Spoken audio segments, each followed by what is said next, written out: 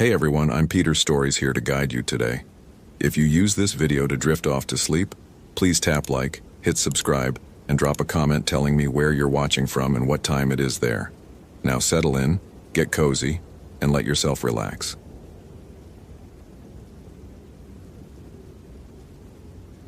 The afternoon light filtered through Dr. Reeves's office blinds in pale, anemic strips, casting bars across Sarah's trembling hands. She'd been staring at them for the past 5 minutes, watching the way her fingers wouldn't quite stop shaking, the way her wedding ring, she still wore it 3 years after everything, caught the light in small, cold flashes. Dr. Reeves was saying something about progress, about how Sarah had been doing better lately, about how the nightmares had decreased from 5 times a week to 3, as if that constituted healing. As if anything could constitute healing after watching your 7-year-old daughter vanish into the woods of Olympic National Park and never come back. Sarah's phone vibrated against her thigh. She ignored it. Dr. Reeves paused mid-sentence, his gray eyebrows raising slightly in that practiced, therapeutic way that meant he was about to ask her about her relationship with technology and avoidance. But the phone vibrated again, and again, and then it started ringing, the shrill tone cutting through the careful quiet of the office like a scream. "I'm sorry," Sarah muttered, pulling it out. Unknown number. She almost declined it, but something, some old instinct she'd thought died with Emma, made her answer. "Hello?"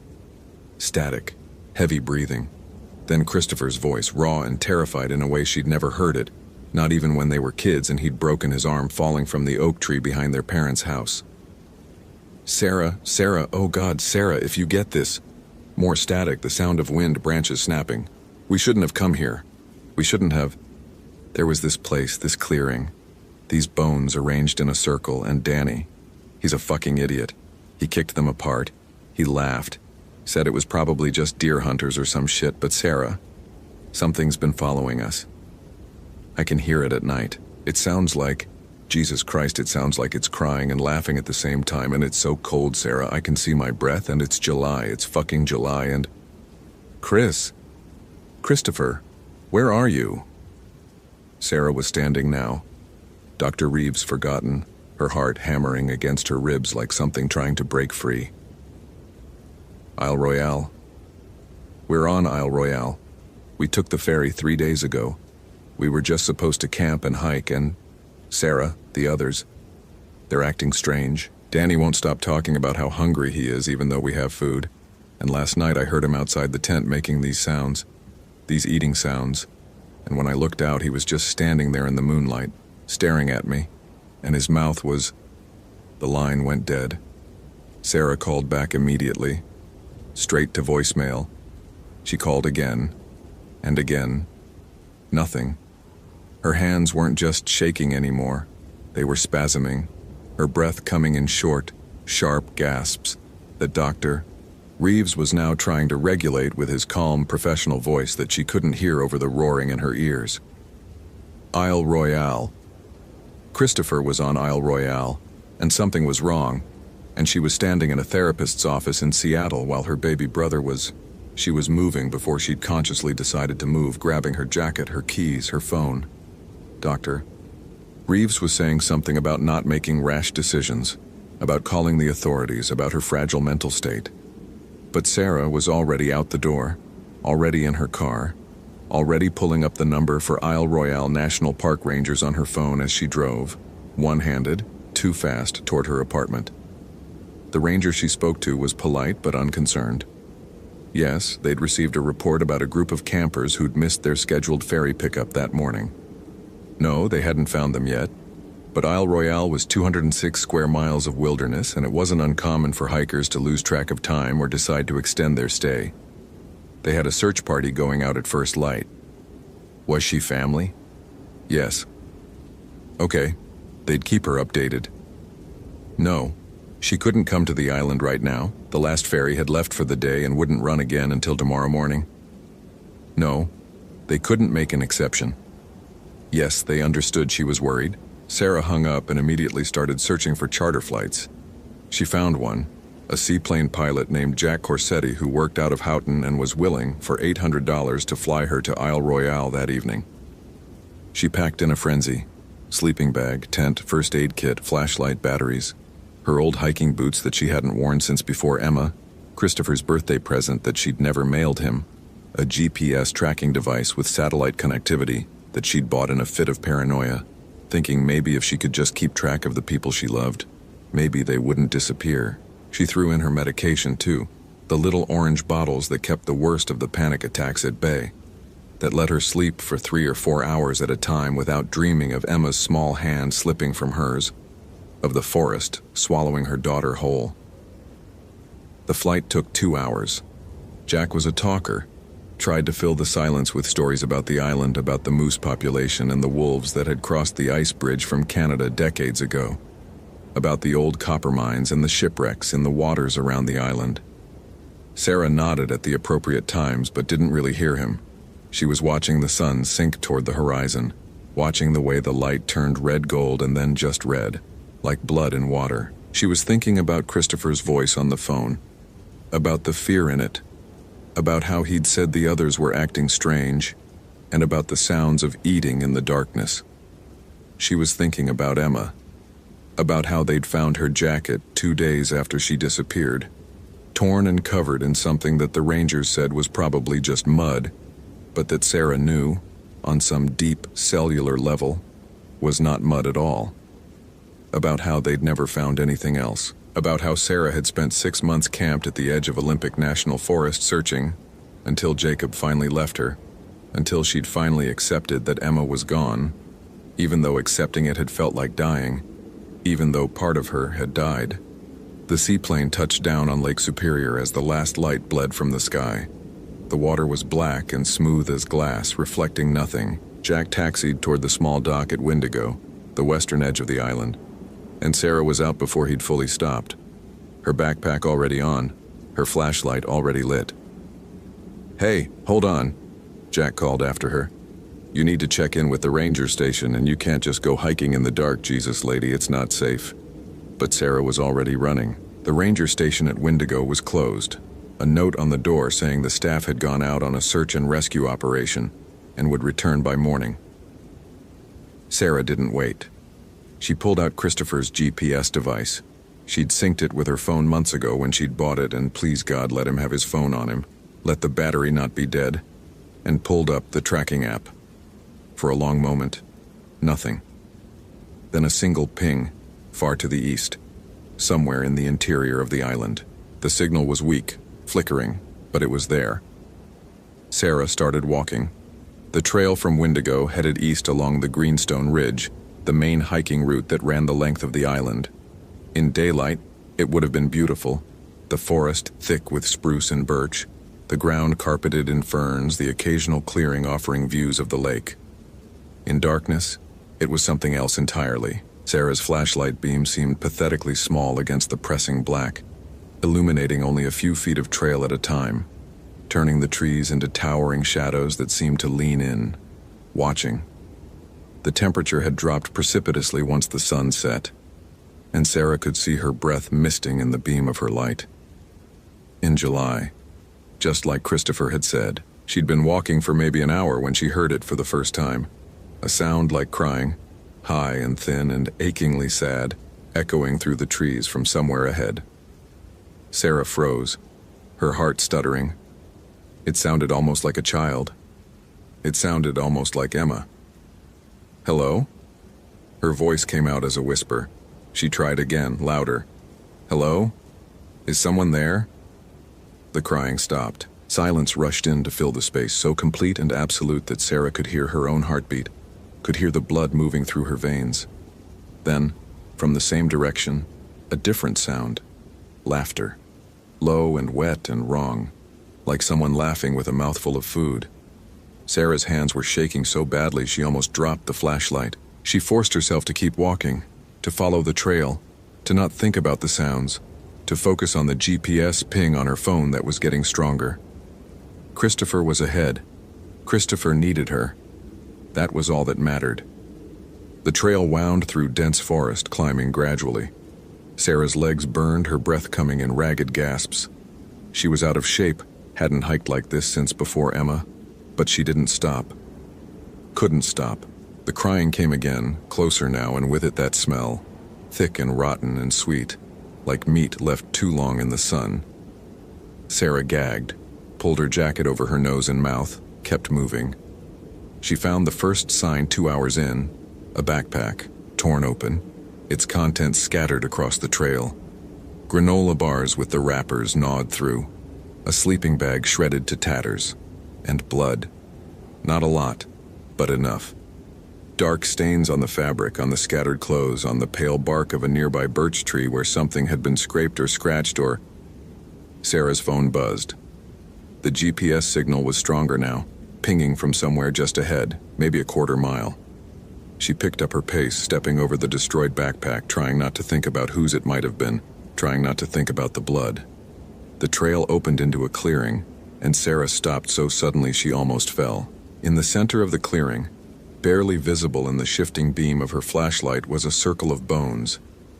Animal bones, she thought at first, had to be animal bones, arranged in a careful pattern, interspersed with stones and what looked like bundles of dried grass or sage. And in the very center, a skull, too large to be human. She thought maybe moose or bear. The bones were old, yellowed, some of them carved with symbols she didn't recognize. Spiraling patterns and lines that hurt to look at, that seemed to writhe in the flashlight beam like living things. This was the place Christopher had mentioned on the phone, the place they'd disturbed. Sarah's anthropology degree, earned a lifetime ago, before Emma, before everything, flickered to life in the back of her mind. This was a medicine circle, or something like it. Indigenous peoples had lived on Isle Royale for thousands of years before European contact, Ojibwe mostly. And the Ojibwe had stories about the Witiko, about the Wendigo, about the spirit of insatiable hunger that possessed men in the deep winter, that turned them into monsters, that made them crave human flesh. Sarah's flashlight flickered, died, came back on, the beam weaker now. She fumbled in her pocket for spare batteries with numb fingers, and that's when she heard the footsteps. Heavy, slow, coming from the trees at the edge of the clearing. "Christopher?" Her voice cracked. "Chris, is that you?" A figure stepped into the clearing. Tall, too tall. It moved wrong, jerky and disjointed like a puppet on tangled strings. Sarah's flashlight beam found it, and she heard herself make a sound, a small, broken whimper that she couldn't control. It looked like a man. It was shaped like a man. But the proportions were wrong. The limbs too long, the torso too thin, the skin stretched tight over visible bones. Its face, oh God, its face, was gaunt, the cheeks hollow, the eyes sunken deep in their sockets and shining with a terrible, hungry light. Its mouth hung open, lips pulled back from teeth that were too white, too sharp, and it was covered in blood. Fresh blood, running down its chin, staining its torn clothing. Sarah. Its voice was Christopher's voice, but wrong, distorted, like someone speaking underwater. "Sarah, I'm so hungry." She ran. Blind panic drove her back down the trail, branches whipping at her face, roots catching at her feet. Behind her, she could hear it following, could hear the heavy footfalls, the wet, labored breathing. And that sound again, that crying, laughing, but louder now, coming from all around, echoing through the trees. Sarah's flashlight died again, plunging her into darkness. She kept running anyway, one hand stretched out in front of her, the other clutching her phone with its weakly glowing screen showing the GPS app. But Christopher's ping was behind her now, behind her and following. She crashed through underbrush, her lungs burning, her legs screaming. The trail had vanished. She was running blind through the forest, and some rational part of her mind knew this was suicide, knew she could run straight off a cliff, or into a tree, or... Her foot caught on something, and she went down hard, the impact driving the air from her lungs. Her phone flew from her hand, its light spinning away into the darkness. She scrabbled after it, her fingers closing around the plastic case just as the crying, laughing erupted directly above her. Sarah rolled onto her back, holding her phone up like a talisman, and the thing that had been Christopher was there, looming over her, its face stretched in an expression that might have been a smile. Its breath was carrion sweet, its eyes reflecting her phone's light like an animal's. "They tasted good," it said in Christopher's voice. "Danny first, then Rebecca, then Mike. They begged me to stop, but I was so hungry, Sarah. So hungry. And now—" It reached for her with hands that were too long, the fingers ending in split, ragged nails. "Now I'm hungry again." Sarah's hand found a rock. She swung it with all her strength, felt it connect with the thing's skull, heard the wet crack of impact. It reeled back, making that crying sound, and Sarah was running again, her phone's light bouncing crazily, showing her flashes of trees, of trail, of a cabin. Small, old, made of weathered logs. Sarah hit the door at full speed, felt it give, fell inside into darkness that smelled like must and old smoke. She slammed the door behind her, found a heavy wooden bar and dropped it across the brackets. Outside, the crying grew louder, joined by others. How many others? A chorus of hunger and grief. Sarah's phone was dying, the battery at 2%. In its fading light, she saw she was in a one-room structure, empty except for a stone fireplace and some rotting furniture, and on the walls, carved deep into the logs, symbols, the same spiraling patterns from the medicine circle, and words, scratched in rough letters: Wendigo, Witiko, Winter Devil, hunger that walks, do not speak its name, do not feed its hunger, do not break the circles. Her phone died. Darkness swallowed her whole. Sarah sat with her back against the door, listening to the things outside. There were 3 of them now, maybe 4. She could hear them circling the cabin, could hear their footsteps on the porch, could hear them testing the shutters over the windows, and they were talking, using the voices of the dead. Christopher's voice, and others she didn't know. Danny, Rebecca, Mike. "Sarah, please," Christopher's voice pleaded. "I'm hurt. I need help. Please open the door." "Don't listen," Sarah whispered to herself. "Don't listen. It's not him. It's not him." But it sounded so much like him. It sounded exactly like him. Hours passed. Or maybe minutes. Time felt strange, elastic, meaningless in the absolute dark. Sarah's medication was in her backpack. Had she dropped her backpack? She couldn't remember. The panic attack started slowly, then crashed over her all at once. Hyperventilation, chest pain, the sensation of dying. She rode it out in the darkness, alone, while the things outside whispered and laughed and cried. Eventually she slept. Or maybe she didn't. Maybe she just fell into some twilight state where nightmares and reality blurred together. She dreamed of Emma, of her daughter's small hand in hers, of how they'd been hiking, and Emma had seen something in the trees, had pulled away and run toward it before Sarah could stop her. She dreamed of Christopher as a child, grinning gap-toothed, showing her the frog he'd caught by the creek. She dreamed of the medicine circle, but in the dream the bones were human bones, and the skull in the center was her daughter's skull, and it was laughing. She woke to pale light filtering through gaps in the shutters. Morning. She'd survived the night. The sounds outside had stopped. Sarah stood on shaking legs and lifted the bar from the door. Pushed it open slowly, expecting, she didn't know what. But there was nothing. Just forest.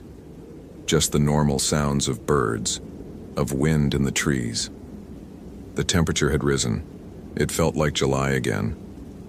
She found her backpack 20 feet from the cabin, its contents scattered but intact. Her phone was dead, useless. The GPS device, she'd dropped it somewhere in the night. But she didn't need it anymore. She knew where she needed to go. The medicine circle was deserted when she reached it in the full light of morning. The bones were still scattered where Danny, whoever Danny had been, had kicked them apart. Sarah knelt at the edge of the circle, her hands trembling, and began to gather them. She didn't know the proper rituals, didn't know the prayers or ceremonies that were supposed to accompany this. But she remembered what her anthropology professor had said years ago, that the Wendigo was created by taboo breaking, by violation of sacred law, by cannibalism in the winter dark, and that once created, it was nearly impossible to destroy, that it grew stronger with each person it consumed, that its hunger could never be satisfied, that the only way to stop it was to restore what had been desecrated. She worked for hours, arranging the bones back into their circle, replacing the stones, retying the bundles of sage. Her hands were bleeding by the time she finished, her knees aching, her whole body shaking with exhaustion and grief and terror. She didn't know if it would be enough. Didn't know if anything would be enough. When the sun began to set, she made her way back toward Wendigo. She walked without stopping, without looking back, even when she heard the crying start again in the forest behind her. Even when she heard Christopher's voice calling her name. The ranger station was lit when she reached it, and there were people and boats, and when Sarah opened her mouth to tell them about Christopher, about the medicine circle, about the Wendigo, what came out instead was a scream that didn't stop for a very long time. They found Christopher's body 3 days later, along with the bodies of his 3 friends. The official report said they'd likely died of exposure and possible cannibalism due to extreme hunger and psychosis. Sarah knew better. She'd seen what Christopher had become, what they'd all become, but she also knew no one would believe her. She returned to Seattle, returned to Dr. Reeves's office, took her medication, tried to sleep without dreaming. Sometimes it even worked, but on cold nights, even in summer, she would wake to the sound of crying in the darkness. And she would lie there, listening, wondering if the medicine circle had been enough, wondering if she'd really restored it correctly, wondering if the hunger that walked had been satisfied, or if it was still out there, still feeding, still growing, wondering if someday she would answer her door and find Christopher standing there, gaunt and hollow-eyed, whispering that he was hungry. She never went hiking again, never went into the woods, never took another phone call from an unknown number. And every year, on the anniversary of Christopher's death, she donated money to the Ojibwe tribes of the Great Lakes region, earmarked specifically for the preservation and protection of sacred sites. It was the least she could do. It was all she could do. It would never be enough.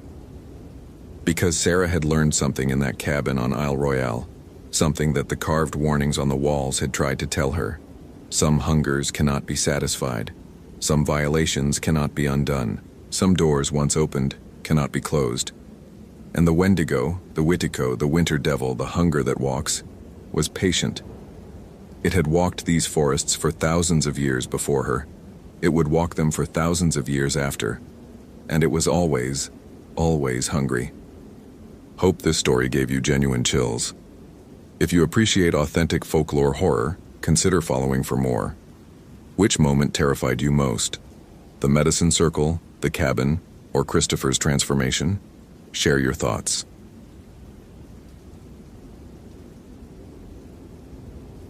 Christopher Hayes had analyzed 847 missing persons cases in his 6 years with the National Park Service's Investigative Services Branch. He knew the statistics by heart. Most disappearances resolved within 48 hours, either through rescue or recovery. The numbers didn't lie. Data didn't deceive. Facts were the only religion he practiced, and the Olympic National Park's dense temperate rainforest was just another location on a map. Nothing more mystical than topography and weather patterns. The call came in at 6:47 a.m. on October 15, 2014. Lauren Mitchell, 28, experienced backcountry permit holder, hadn't returned from a solo 3-day trek through the Hoh River Trail. Her emergency contact, a sister in Portland, reported the overdue return with the kind of controlled panic Christopher had heard 1,000 times before. He took notes in his precise handwriting, already mentally cataloging the search parameters: last known location, equipment manifest, medical history, psychological profile.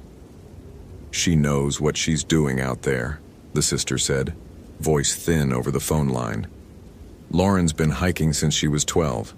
She wouldn't just get lost." Christopher had heard that too. the belief that competence created invulnerability. He'd written that phrase in reports about recovered bodies more times than he cared to count. The morning fog clung to the park headquarters like wet cotton, visibility down to maybe 30 feet. Christopher loaded his truck with standard SAR equipment, GPS unit, topographic maps, first aid kit, two-way radio, emergency beacon. His approach was methodical. Each item checked off a mental list, refined through years of practice. He'd coordinate with the local ranger station, establish a search perimeter based on Lauren's filed itinerary, deploy ground teams if necessary. Routine, manageable, solvable. The drive into the park took 40 minutes through towering Sitka spruce and western hemlock, their massive trunks disappearing into the gray mist that seemed to breathe between them. Christopher had worked in 13 national parks across the western United States, and Olympic always struck him as particularly oppressive, not in any supernatural sense, but simply due to the sheer biomass, the way the forest consumed sound and light with equal efficiency. Rainfall here averaged 140 inches annually. Everything was perpetually wet, perpetually rotting, perpetually growing. Ranger Station 7, situated near the Hoh River Trail Junction, was a small wooden structure that smelled of coffee and mildew. Ranger Tom Keller, 62 years old and looking older, met Christopher with a handshake that felt oddly reluctant. "You're here about the Mitchell woman," Keller said. It wasn't a question. Her last known position was the Blue Glacier Camp, approximately mile marker 17.5. "I'll start there and work backward along the trail." Keller's weathered face tightened. "That's up near the old growth section, past the Seven Lakes Basin. That's what her permit indicates. Listen." Keller lowered his voice despite them being alone. "I've worked this park for 37 years. That area, people get confused up there, disoriented. Had 3 separate incidents in the last decade, hikers coming back wrong." Christopher felt the familiar irritation of having to navigate local superstition. Wrong how? Psychologically disturbed, one man couldn't speak for 2 weeks, just stared. Another woman kept insisting she'd been invited by something in the woods. Had to be hospitalized. Trauma responses to being lost aren't uncommon, Ranger Keller. Exposure, hypothermia, panic, they all affect cognitive function. Maybe. Keller turned toward a detailed map on the wall, his finger tracing a section marked with faded red ink. But the Quileute people won't go past those markers. Haven't for generations. They call it Tacoma's breathing ground. Say the spirits there don't distinguish between visitor and violator. Christopher studied the map professionally, noting the terrain elevation and potential hazard zones. "I appreciate the local context, but I need to focus on evidence-based search protocols. Just be careful up there, and if you hear singing, especially at dusk, don't follow it." The comment was so absurd, Christopher didn't bother responding. He gathered his pack, confirmed radio check-in protocols, and headed into the forest. The Hoh River Trail was well maintained for the first 8 miles, boardwalks protecting the fragile ecosystem from foot traffic. Christopher moved efficiently, checking his GPS unit every quarter mile, eyes scanning for any sign of disturbance. Broken branches, disturbed moss, scuff marks on stone. The fog seemed to thicken as he progressed deeper, transforming the forest into a cathedral of gray-green shadows. Nurse logs the size of cars lay across the forest floor, completely consumed by ferns and saplings growing from their decomposing bodies. At mile marker 12, Christopher found the first irregularity. A cairn of stones sat just off the trail, clearly man-made but not marked on any official map. The stones were arranged in a spiral pattern, each one carefully selected and placed. Moss grew on them, indicating age. But something about the formation seemed deliberate, almost ceremonial. Christopher photographed it from multiple angles, noting the GPS coordinates. Probably just trail markers from hikers, though the spiral pattern was unusual. He continued onward. The forest grew denser, the trees older. Some of the Sitka spruces here were over 500 years old, their trunks wider than Christopher's truck, the canopy closed overhead, reducing the already dim daylight to a perpetual twilight. His footsteps made no sound on the thick carpet of moss and decomposing needles. The silence was profound, broken only by the distant rush of the Ho River and the occasional drip of condensation from high branches. At mile marker 15.3, Christopher found Lauren's first campsite. The tent was still standing, properly staked, completely undamaged. Inside, he found her sleeping bag neatly rolled, cooking equipment cleaned and stowed, even her journal tucked into a side pocket. Christopher pulled on latex gloves and carefully opened the journal, flipping to the most recent entry. October 12th, Day 1. Made it to first camp by 3 p.m. Forest is incredible here. So quiet you can hear your own heartbeat. Saw the most beautiful Roosevelt elk around dusk, just standing at the tree line watching me. Something peaceful about being this isolated. Finally feel like I can think clearly. Nothing alarming. He continued reading. October 13th. Day 2. Hiked further than planned, maybe mile 17. Found something strange, a clearing that's not on any map. The trees form a perfect circle around it, and there are these carved posts, maybe 10 feet tall, with faces on them. Native American? They look old, but somehow preserved. Took photos. The clearing has this weird quality, like the sound just stops there. Need to ask rangers about it when I get back. Christopher's analytical mind immediately categorized this. Undocumented archaeological site, potentially significant. He continued reading, noting how Lauren's handwriting became less controlled. Still, October 13th. Later. Something followed me back to camp. I didn't see it, but I could feel it moving parallel to the trail, maybe 30 yards out. Large, based on the sound. Elk, maybe. But it stopped when I stopped. Started when I started. Tried to get a look, but the fog is too thick. Probably just curious wildlife. But the way it moved, almost deliberate, almost intelligent. The next entry was barely legible. October 14th. Can't leave. Tried 3 times. Every path circles back to the clearing. Compass spinning. GPS dead. It's watching from the posts. Faces changing. Not carved. Wearing. Lauren, if you're reading this later, if you made it out and forgot, run. Don't come back to... The entry ended mid-sentence. The rest of the page was blank except for a single symbol drawn in pencil, a circle with 4 lines extending from it, each ending in what looked like an animal head. Christopher felt his pulse elevate slightly, not from fear, but from the recognition of a serious situation. Heat stroke could cause hallucinations, poisonous plant ingestion, even a head injury from a fall. He carefully bagged the journal as evidence and searched the rest of the tent thoroughly. Everything was there except Lauren herself, her phone, and her camera. The radio crackled. ISB Hayes, this is Station 7, check-in, please. Station 7 Hayes, located subject's primary campsite at mile 15.3. Tent intact, personal effects present, no signs of struggle. Subject's journal indicates possible disorientation and hallucination. Continuing to reported secondary location. Copy that. Be advised, weather system moving in. Heavy fog expected through evening. Christopher signed off and studied his topographic map. If Lauren had truly reached mile 17, she'd be near the boundary of the designated wilderness area, where trails became minimal and the old growth forest was at its most dense. He checked his GPS unit. Full battery, strong satellite signal. Compass functioning normally. Whatever disorientation Lauren had experienced, he had the tools to avoid it. The trail deteriorated after mile 16, becoming little more than a game path through the undergrowth. Christopher marked his route carefully with biodegradable tape, maintaining his meticulous approach even as the terrain grew more challenging.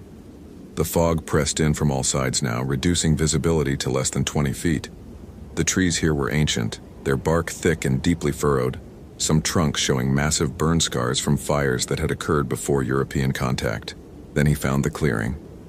It appeared suddenly through the fog exactly as Lauren had described, a perfect circle maybe 50 yards in diameter, ringed by towering Sitka spruce that seemed to lean inward, their branches interlocking overhead.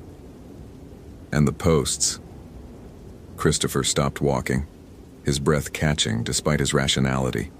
There were 7 of them, arranged in a circle within the clearing, each carved from red cedar that should have rotted decades ago, but instead looked freshly cut.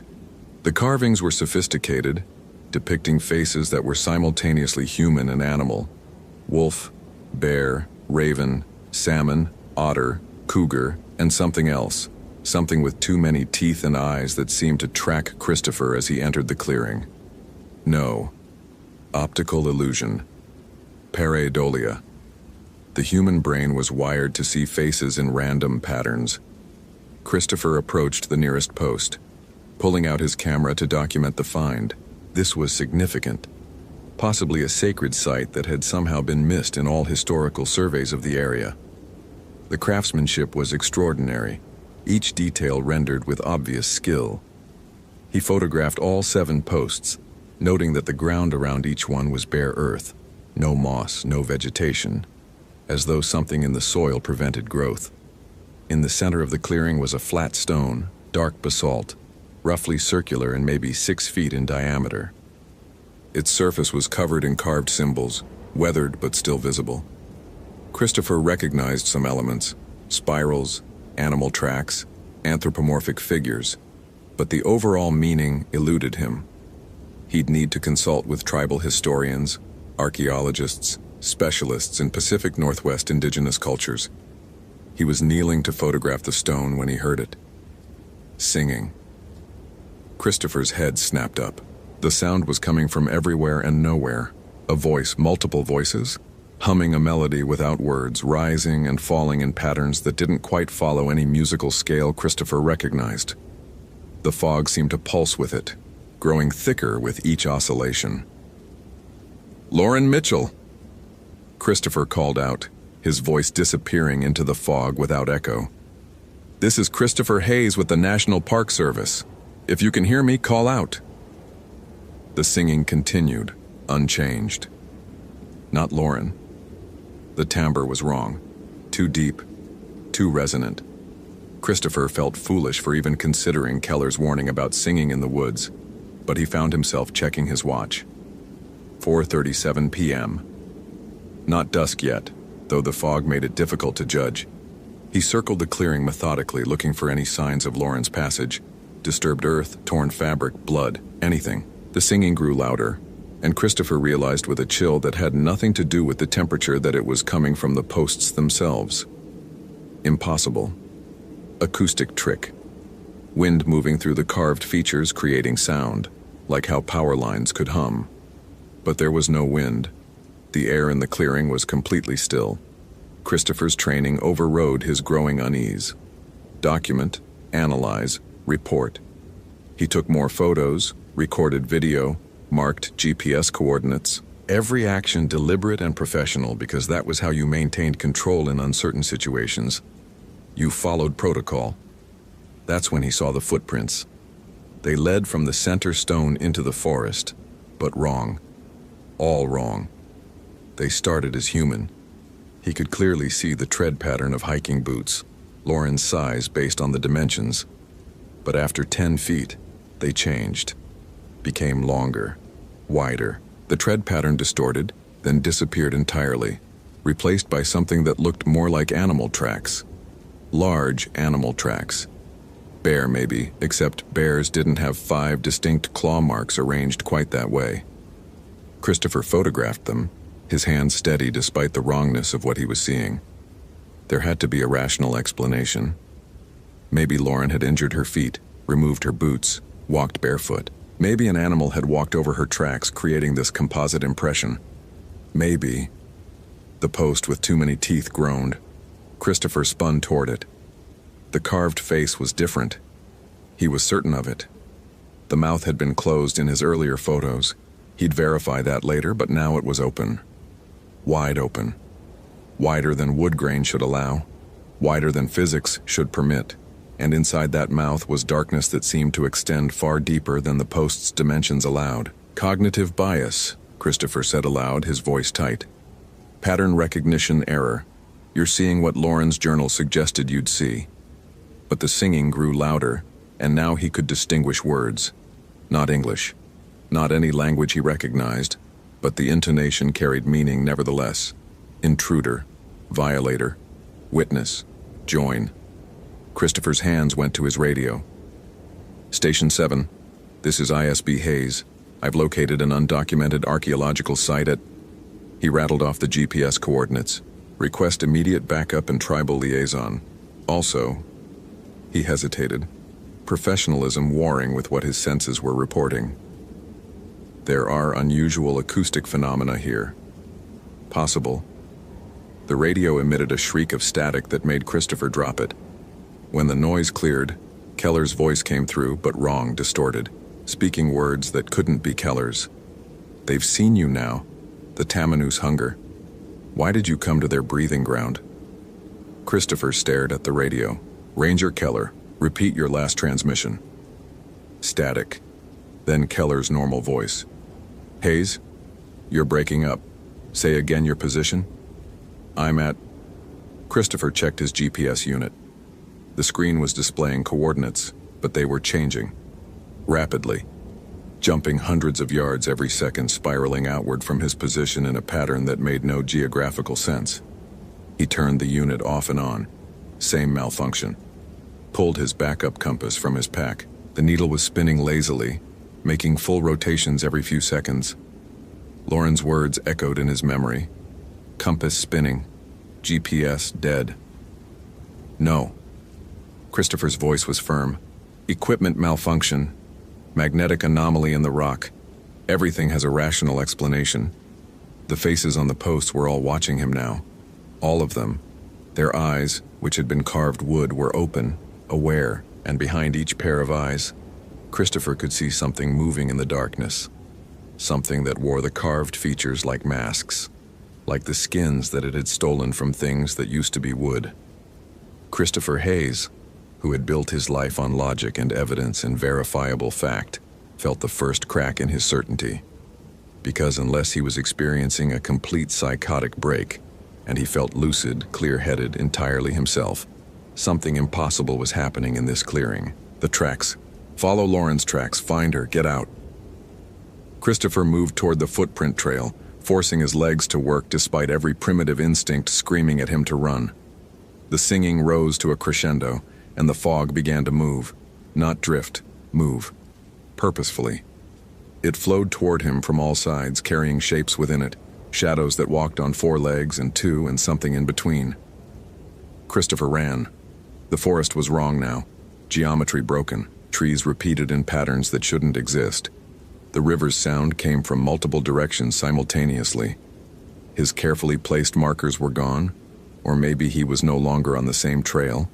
Or maybe there had never been only one trail here. Maybe the forest had always had these extra paths that existed in spaces human perception usually edited out. He burst through a wall of ferns and nearly fell into a ravine that definitely hadn't been on his topographic map. Scrambling back, Christopher saw them clearly for the first time. The Tamanoose. They were not spirits in any ethereal sense. They were solid, physical, more present than the trees themselves. Each one was a hybrid thing, a fusion of human and animal that defied biological classification. The largest stood 8 feet tall, a merger of man and elk, its antlers spreading 6 feet wide, its eyes human and aware and hungry in a face that was neither human nor servine, but something that had learned to approximate both. Beside it crouched a smaller figure, female in general shape, but with the sleek fur and whiskers of a river otter, her hands webbed and clawed, her smile showing too many needle teeth. There were others, a raven man whose arms were wings and whose eyes held intelligence that predated language. A bear thing that walked upright with a gait that suggested it had once been human and remembered how.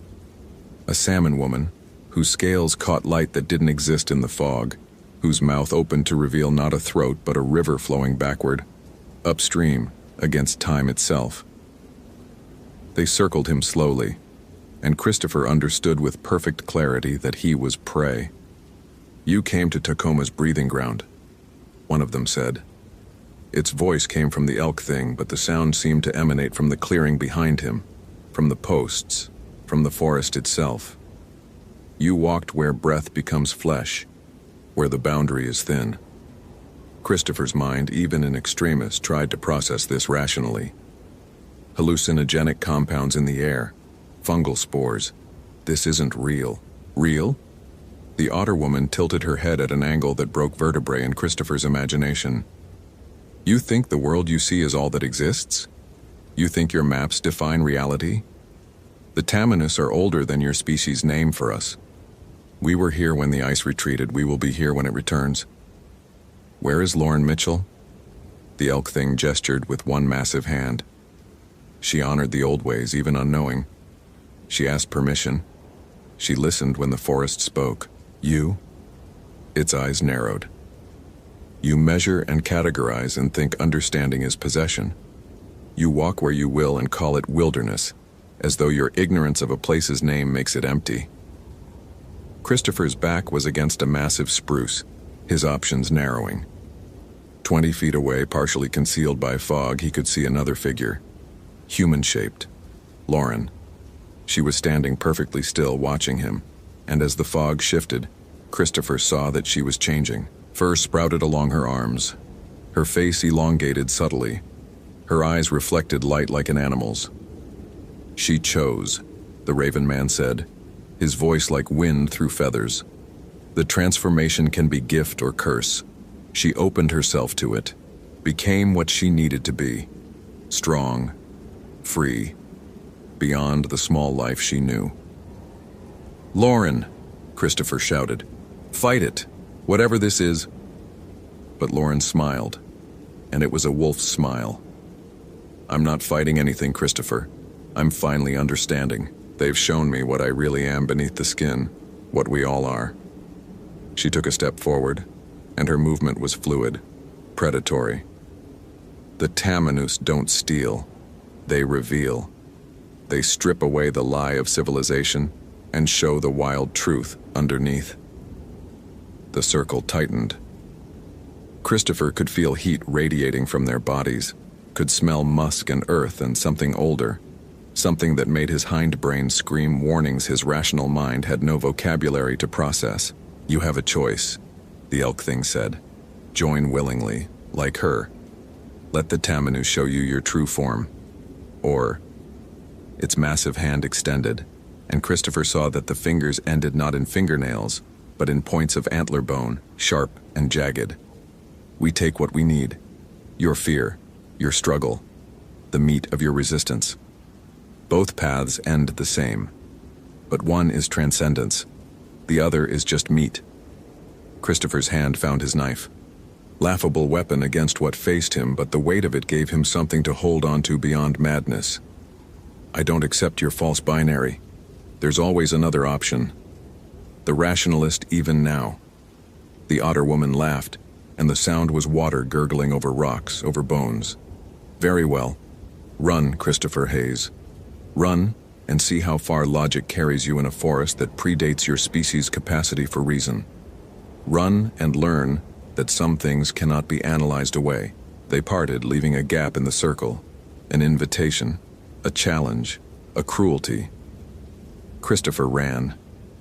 The forest bent around him. Distances expanded and contracted. He ran for hours or minutes, time itself becoming unreliable.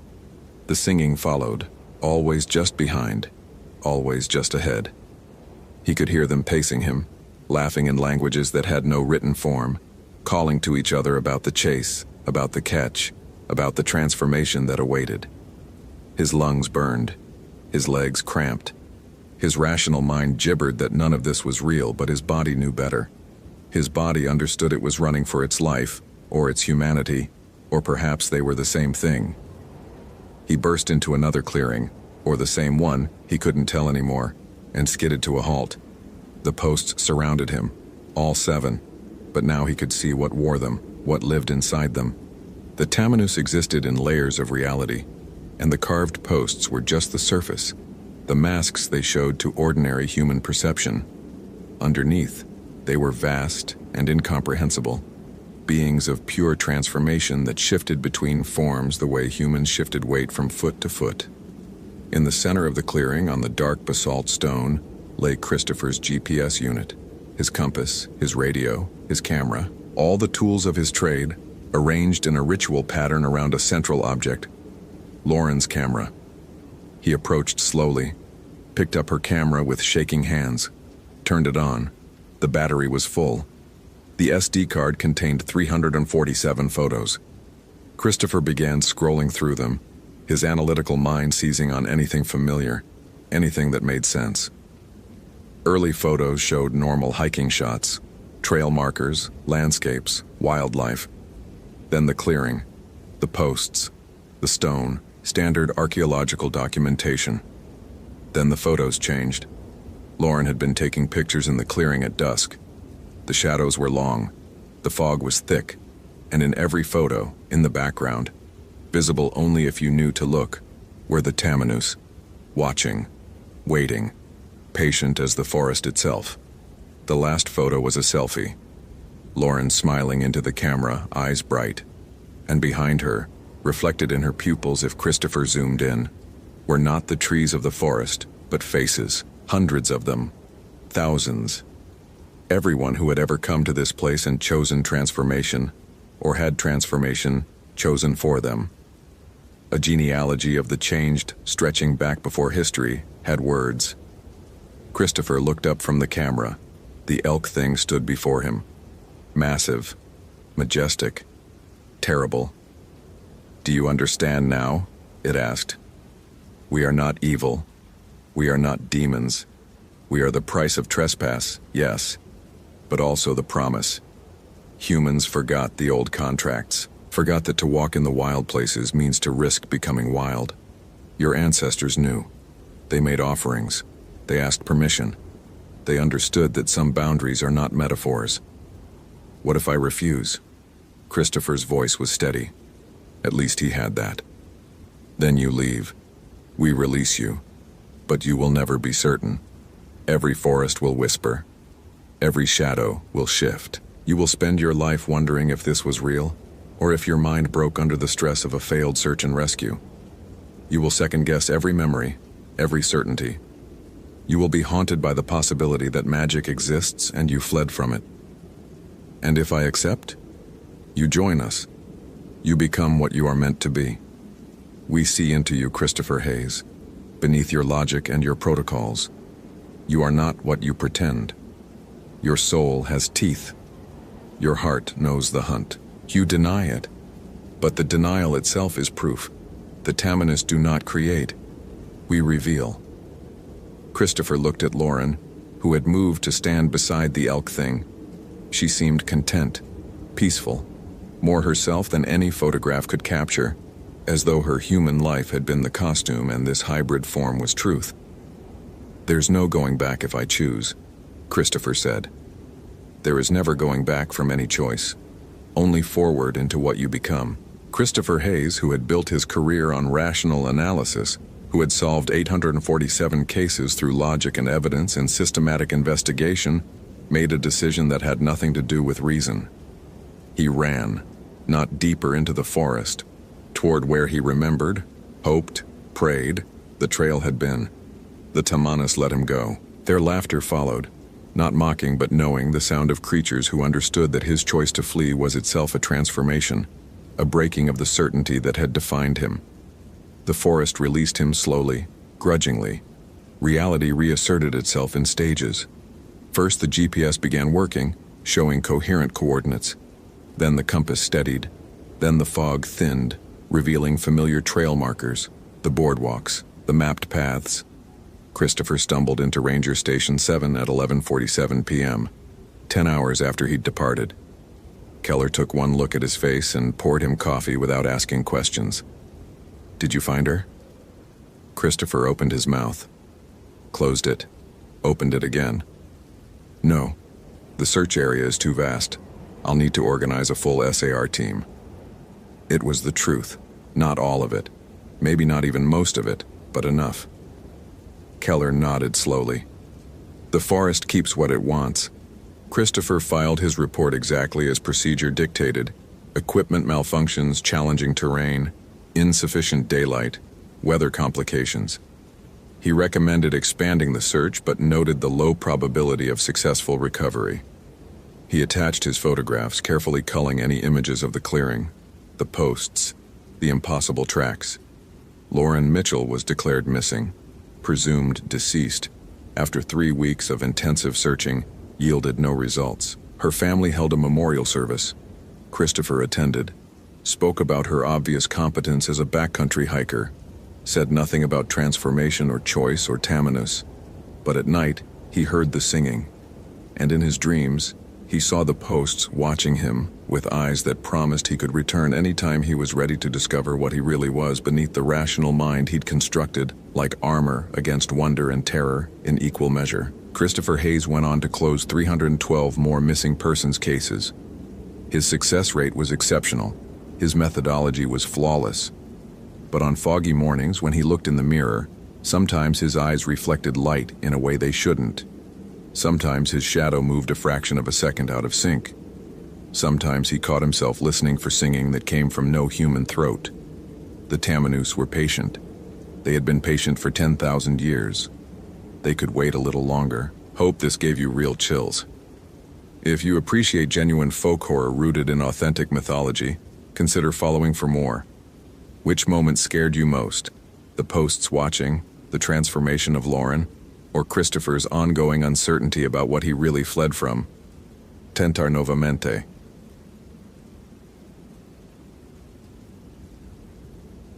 Dylan Reeves had always believed that the world operated on principles that could be measured, cataloged, and understood. As a criminal analyst for the National Park Service, he'd spent 8 years applying logic to chaos, finding patterns in the seemingly random tragedies that befell visitors to America's wilderness.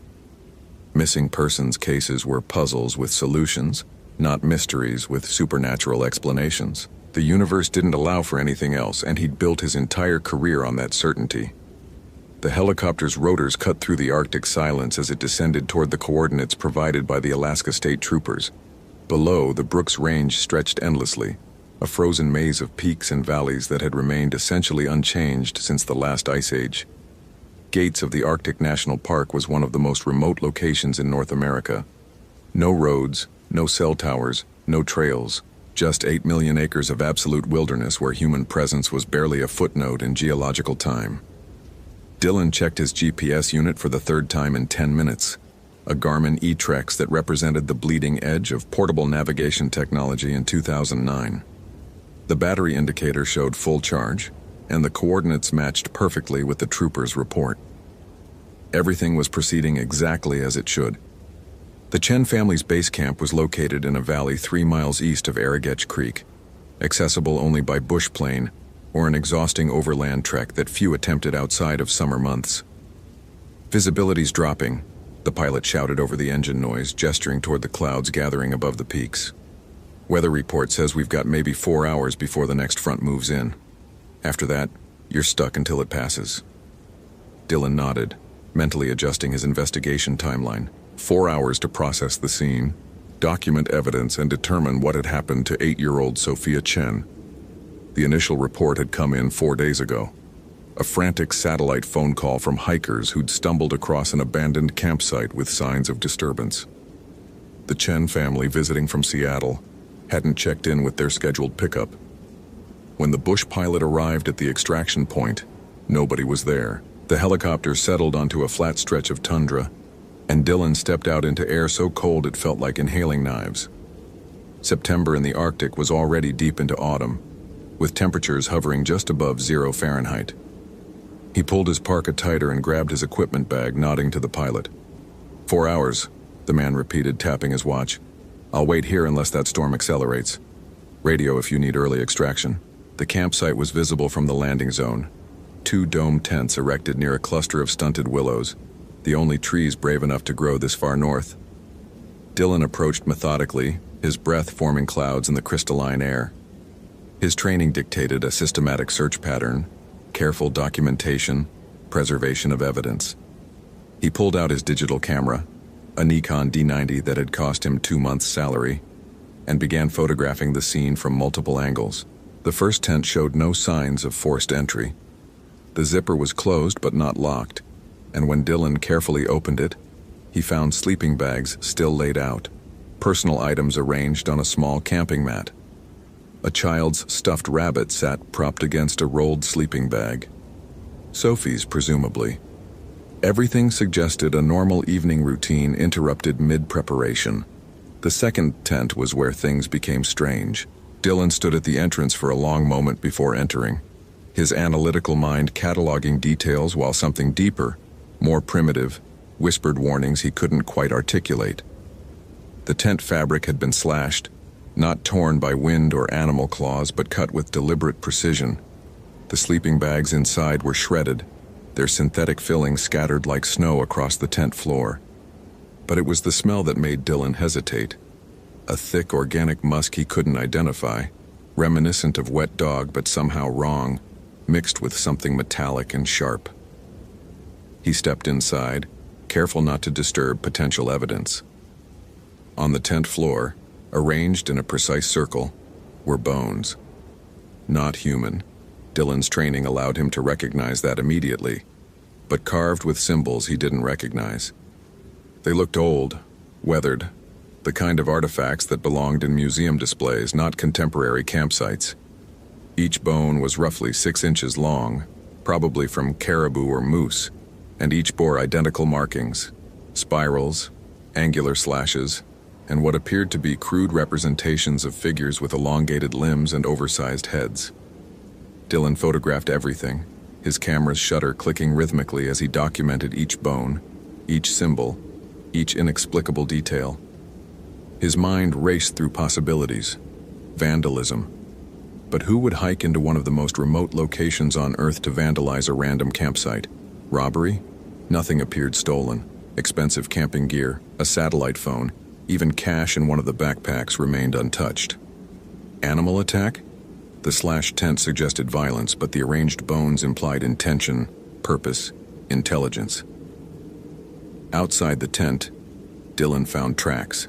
Boot prints from 3 adults and 1 child, the Chen family, led away from the camp in a northeastern direction, toward higher elevations. But interspersed with the boot prints were others.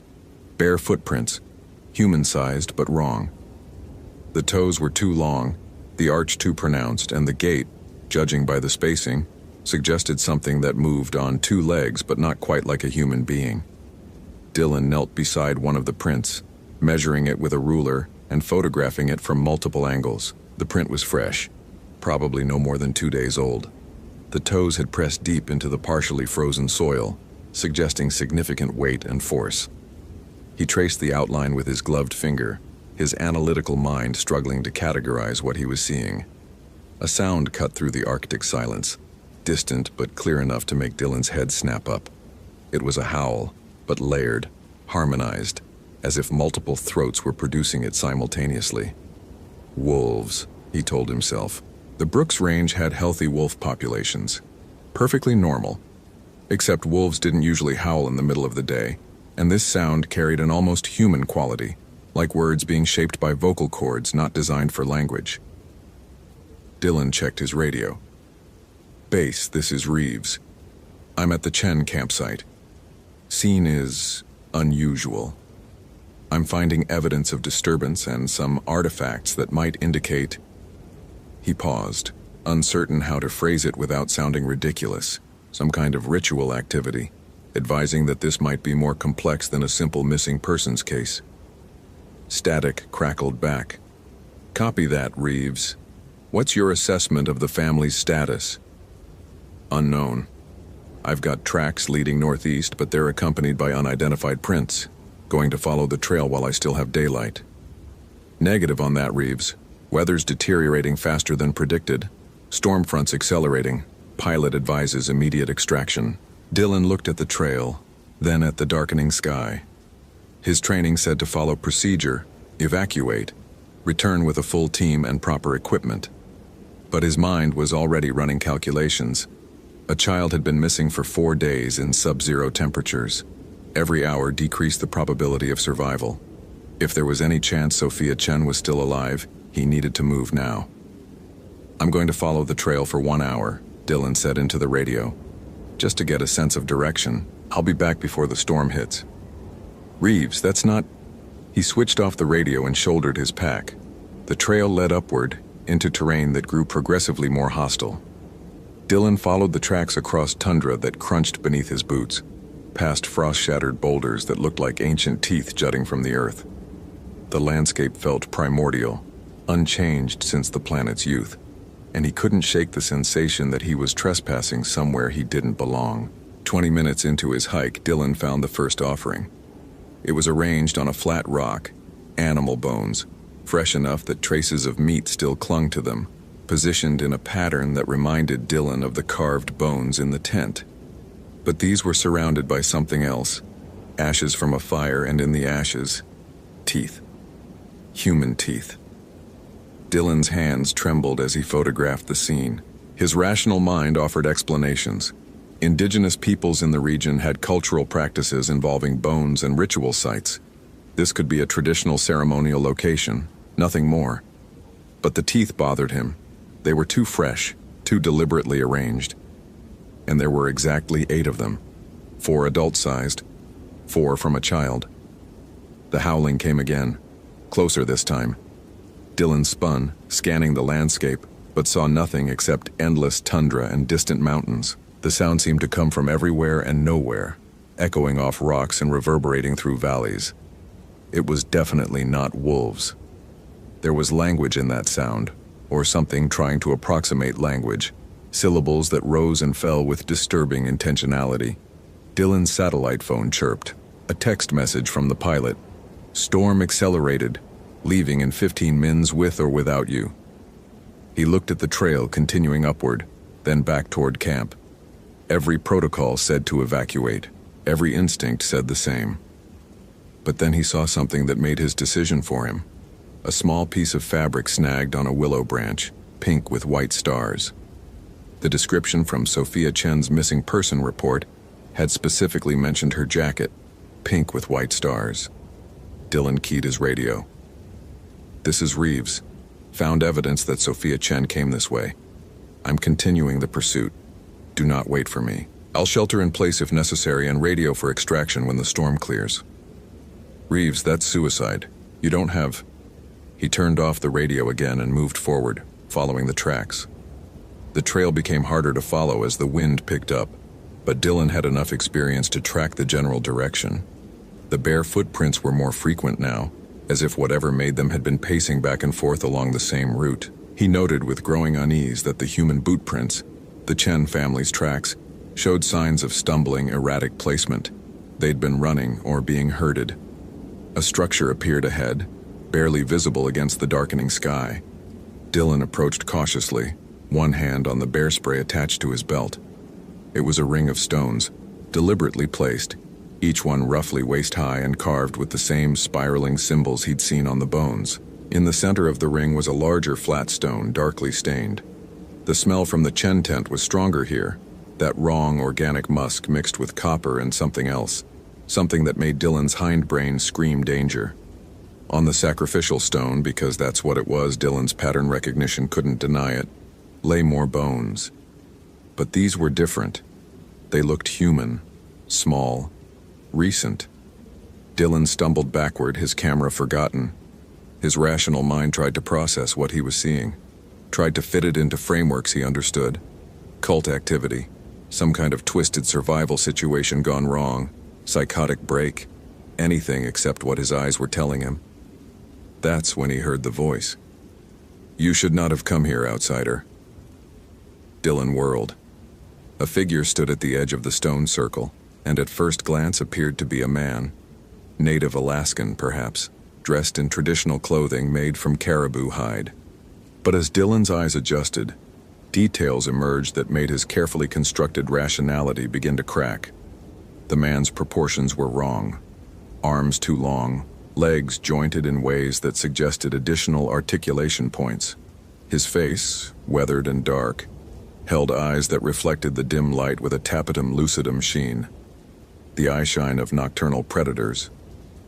And when he smiled, revealing teeth filed to points, Dylan saw that his gums were black, not pink.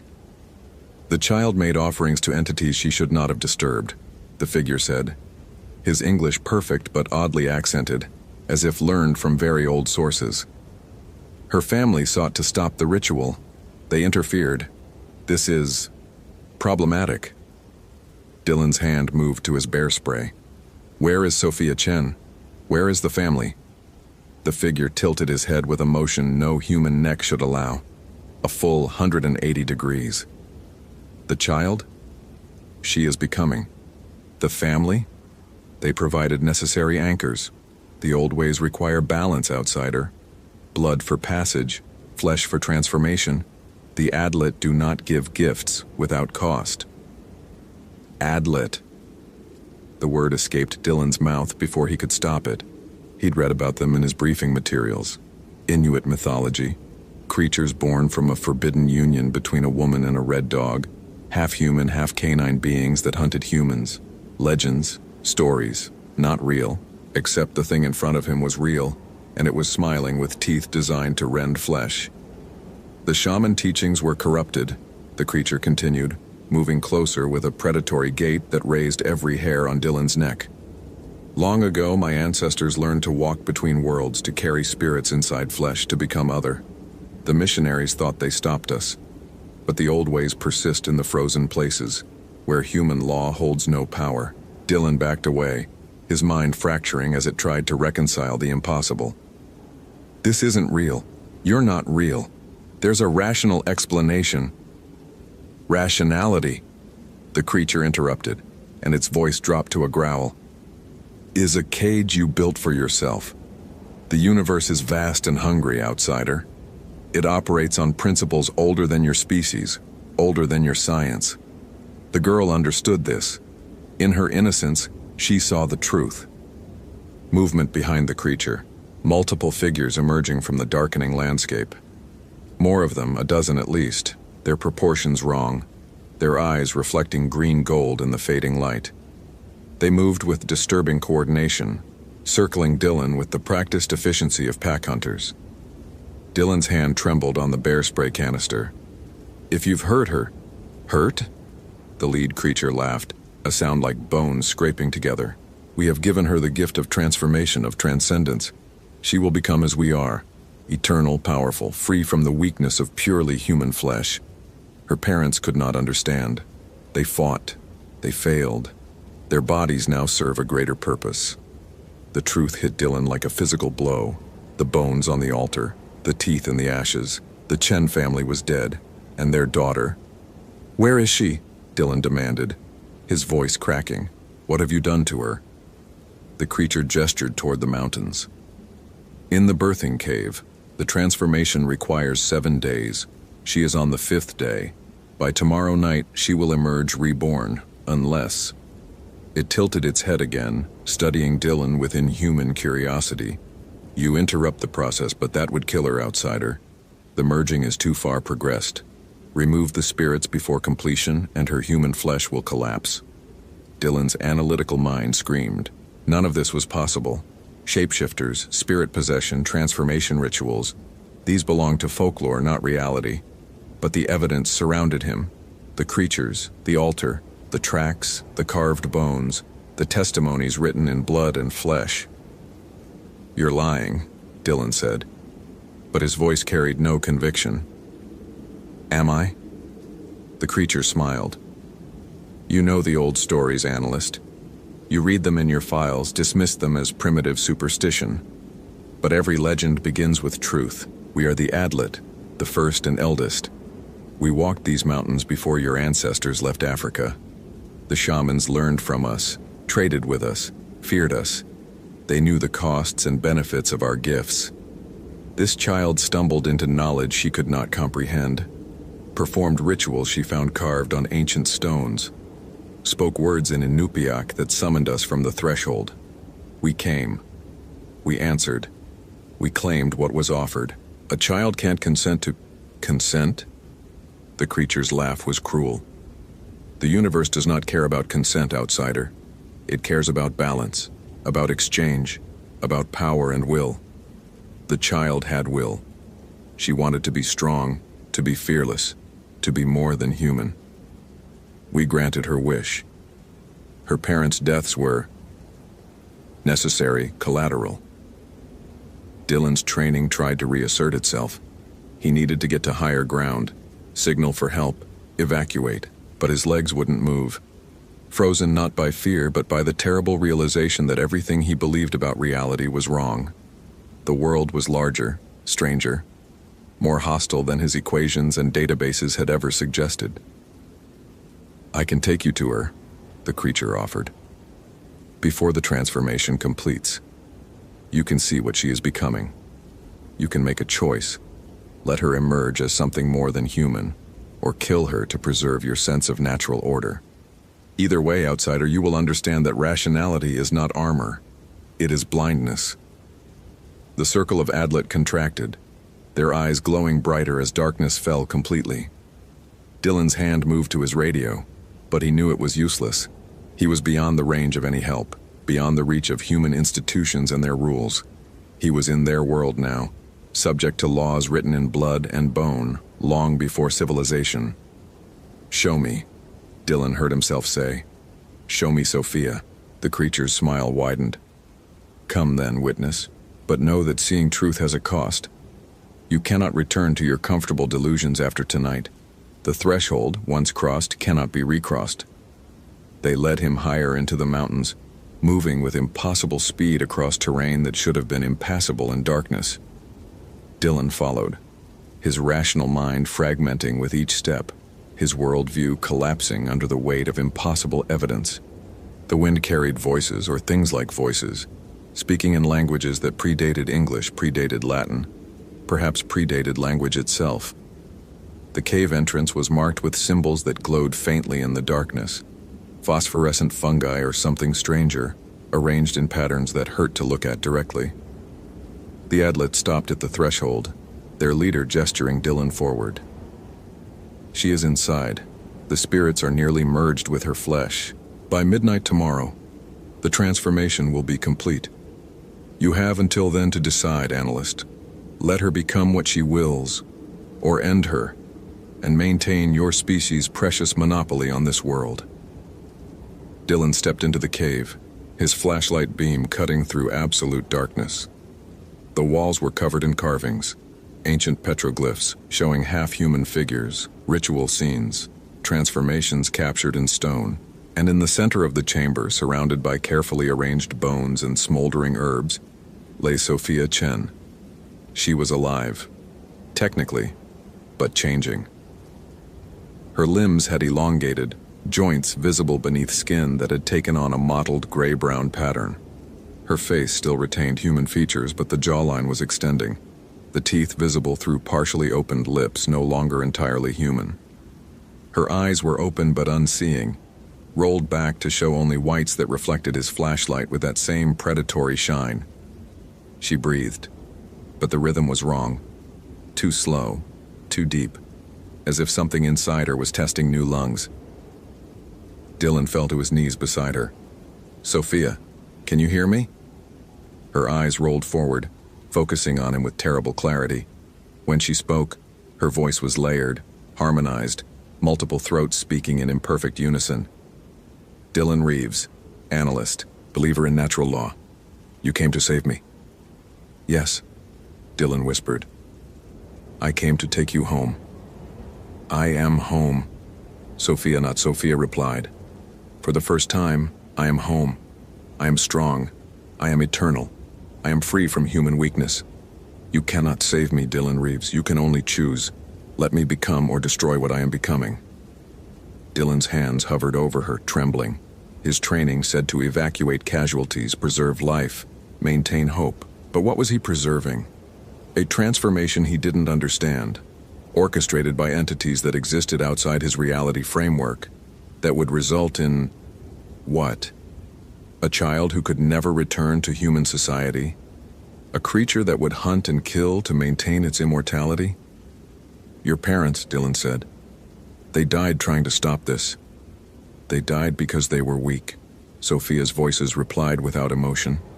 "They could not accept strength beyond human limits. They clung to the comfort of limitations. I have no such weakness. I choose power, analyst. I choose to be more."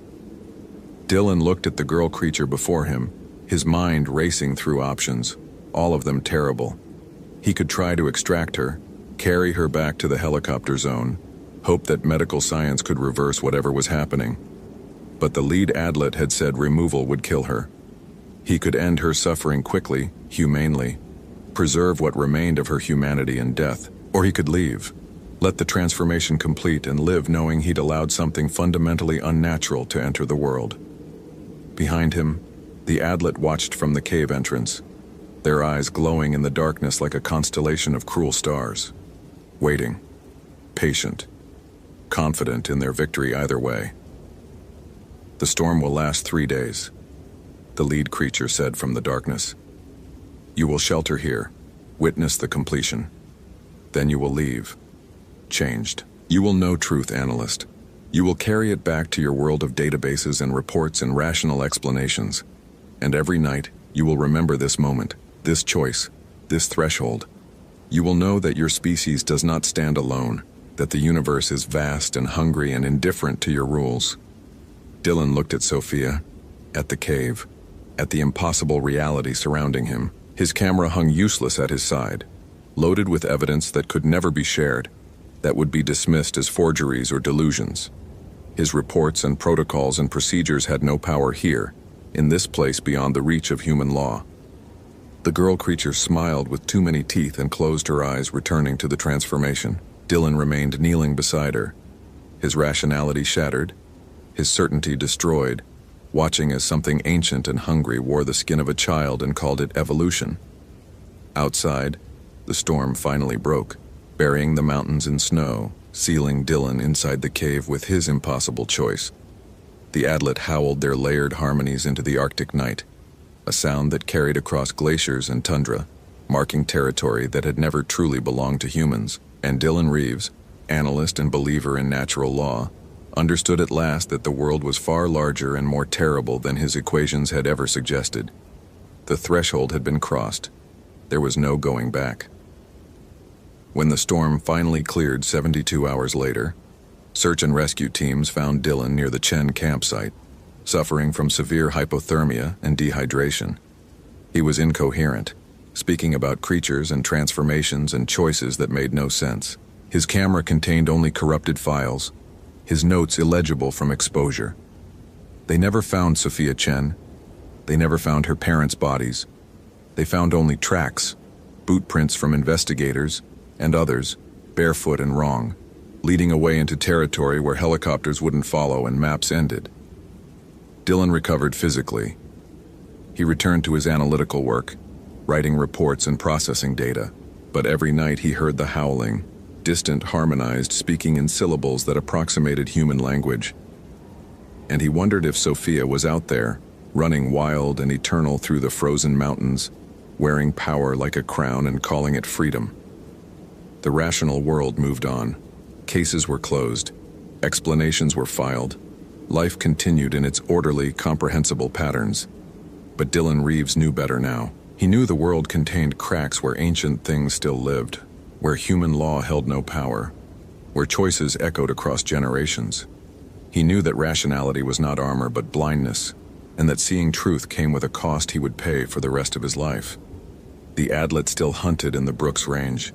The transformation still waited in forgotten caves, and somewhere in the gates of the Arctic, a girl who chose power over humanity ran beneath cold stars, neither human nor animal, but something older than both. Dylan never returned to Alaska, but sometimes, on frozen nights, he heard the howling, and he wondered if she remembered him, the analyst who witnessed her rebirth and chose to let transformation complete. The threshold, once crossed, cannot be recrossed. If this story gave you chills, follow for more quality terror. Could you survive in Dylan's place? Hope you felt real chills. If you appreciate genuine horror, consider following. Which moment scared you most?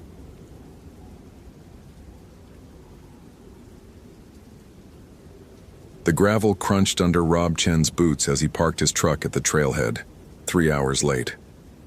Amanda's Subaru sat alone in the lot, forest green paint dulled by a week of rain. He checked his phone one last time.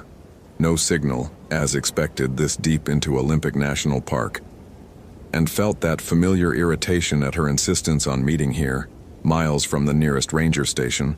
To discuss urgent findings, she refused to detail over email. Rob had made his position clear during their last collaboration. He dealt in data, not drama. Their relationship had ended 8 months ago for precisely this reason. Amanda's increasing obsession with local indigenous stories, her suggestion that their wildlife surveys were missing something fundamental, her late-night rambles about patterns the Quinault elders warned about. It was unscientific. Embarrassing, actually, for someone with her credentials. But Amanda Kozlov had been the best field researcher he'd ever worked with, back when she still trusted her instruments over campfire tales. When her email arrived, subject line urgent, Olympic Peninsula data anomaly, professional curiosity had overridden his reservations. Besides, the Park Service was paying them both to complete the gray wolf population survey, and Amanda had been incommunicado for 6 days. He shouldered his pack, locked the truck, and started up the trail. The Hoh Rainforest section of Olympic was technically temperate, but it felt primordial. Sitka spruce and western hemlock towering 300 feet overhead, their trunks wrapped in club moss that glowed electric green in the diffuse light. Nurse logs thick as cars lay decomposing, giving birth to new trees. Everything dripped. Everything rotted and grew simultaneously. The trail to Amanda's research camp wound 5 miles through terrain that seemed designed to disorient. Rob had hiked it twice before, but the forest had a way of seeming different each time. Paths obscured by new fallen branches, familiar landmarks subtly altered. He maintained a steady pace, his scientist's mind cataloging details. Fresh deer scat, a Douglas squirrel's midden, claw marks on a cedar trunk that seemed unusually high. After 90 minutes, he reached the fork where Amanda should have placed a marker. Nothing. He checked his GPS unit. The coordinates matched, but the orange flagging tape she always used was absent. Rob frowned, consulted his compass, and took the left branch based on memory. The forest grew denser. Understory vegetation pressed in. Sword ferns head high, salal bushes forming impenetrable walls. The trail narrowed to a suggestion. Rob's boots sank into soil so saturated it squelched with each step. The canopy thickened overhead until only scattered coins of gray light penetrated. He checked his watch. 3:47 p.m., but it felt like dusk. Then he smelled it, the chemical tang of camp fuel mixed with something else. Something organic and wrong. Rob pushed through a curtain of hanging moss and entered the clearing. Amanda's camp looked like a photograph of itself, slightly out of focus. Her tent stood intact, fly properly secured. Her cook station was organized as always, bare canister closed, no food left out. Her equipment cases were stacked and locked, but the silence was absolute. No hiss of a camp stove, no rustle of movement, not even birdsong. The forest had gone completely quiet. Amanda? His voice sounded flat, absorbed instantly by the moss-covered trees. Rob approached the tent slowly, that old field instinct making him scan for bears, cougars, anything that might explain the abandonment. The tent's zipper was closed from the outside. He called her name again, louder this time, and received only silence in return. He unzipped the tent. Amanda's sleeping bag lay spread open, her field journal beside it. Her headlamp hung from the tent's ceiling loop, still on, battery nearly dead, casting a dim amber glow. Rob picked up the journal. She'd been meticulous about entries, dating, and timing every observation. The last entry was dated 6 days ago, October 7, 2014, 11:43 p.m. The sounds have changed, not just wolf vocalizations. Something else is calling in the forest. The recording equipment picked up frequencies that shouldn't exist, subsonic and ultrasonic simultaneously. The spectrograms look like, I don't know what they look like. Patterns, intentional patterns. The Quinault elder was right. We shouldn't have placed the cameras at DXWL. I told Rob it was superstition, but I was wrong. So completely wrong. They're not wolves in those photographs. I don't know what they are. If anyone finds this, don't go to the cedar grove at... The entry ended mid-sentence, pencil trailing off the page. Rob's hands were steady as he set the journal down. This was Amanda's idea of a joke, clearly. An elaborate setup to prove some point about indigenous knowledge or forest mysteries or whatever fixation she'd developed. He'd seen her passionate about theories before, but this crossed into theatrical. He backed out of the tent and surveyed the camp with a critical eye. Her camera traps. She'd taken at least 4 units into the field. Where were the cameras? He checked the equipment cases. Empty slots where the trail cameras should be. Her laptop was missing too, though her charging cables remained. Rob followed the logic. Amanda had taken her most valuable equipment somewhere, probably to this cedar grove she'd mentioned. He pulled out his topographic map and GPS. There were several cedar concentrations marked in the area, but one was labeled with Amanda's handwriting from their previous survey. Old growth stand, 2.3 Mina E. The rational part of his mind insisted this was foolish. Hiking into unknown terrain with 4 hours until dark, chasing a colleague who'd apparently had some kind of breakdown. The professional part countered. This was his survey area too, and if Amanda had compromised their research or equipment, he needed to know. Rob loaded supplies into his day pack, took a compass bearing and started northeast. The forest changed as he walked. The commercial hiking trails were maintained, cleared, mapped. This was wilderness in the truest sense. No trails, no markers, no human touch except the faint traces of Amanda's passage. He found her boot prints in the mud occasionally, always heading in the same direction with unusual directness, as if she'd known exactly where to go. The trees grew larger, not just taller, but older, their trunks achieving diameters that seemed impossible. Some of the cedars were clearly pre-Columbian, their heartwood likely rotted out, transformed into hollow chambers big enough to stand in. Moss hung in curtains 12 feet long. The light dimmed further, filtered through so many layers of vegetation that it took on a greenish, underwater quality. Rob checked his GPS. 1.8 miles from Amanda's camp. The device's screen flickered, pixelated briefly, then stabilized. Low battery probably, though he'd charged it fully that morning. He heard water, a creek by the sound of it. Following Amanda's tracks, he pushed through a dense stand of young hemlocks and emerged at the stream bank. And stopped. The cameras were arranged in a perfect circle. 4 trail cameras mounted on trees at identical heights, facing inward toward the creek. Not the random monitoring positions Amanda would normally use, but deliberate, geometric, purposeful. Rob approached the nearest camera, a Reconyx model he recognized from their equipment inventory. The camera's LED indicator blinked red, motion activated. He'd triggered it by approaching. But the angle was wrong. It was pointed at the water, at a specific section where the creek pooled around a fallen cedar. Rob looked at what the camera was aimed at and felt his first genuine unease. The creek was flowing uphill. No, that was impossible. He was seeing it wrong, misinterpreting the topography. Rob pulled out his compass. The needle spun lazily, unable to find north. He shook it, tapped the case. The needle continued its aimless rotation. Magnetic anomaly, he said aloud, the scientist's reflex to name and categorize. Iron deposits in the bedrock, volcanic minerals. Perfectly natural. The creek continued flowing upward at a gentle but unmistakable incline. Rob knelt at the water's edge, put his hand in the flow. Cold, normal. He scooped water, let it run through his fingers. It fell downward, as physics demanded. But when it rejoined the creek, it resumed flowing up the slope. His eyes insisted on what they saw. His understanding of gravity insisted otherwise. He stood abruptly, disoriented in a way he'd never experienced. The forest seemed to press closer, those 4 cameras watching their impossible subject. Where was Amanda? A sound reached him then. Not quite a voice, but not quite wind either. A low vocalization that seemed to come from multiple directions simultaneously. Rob's training identified it automatically. Too low for most mammals.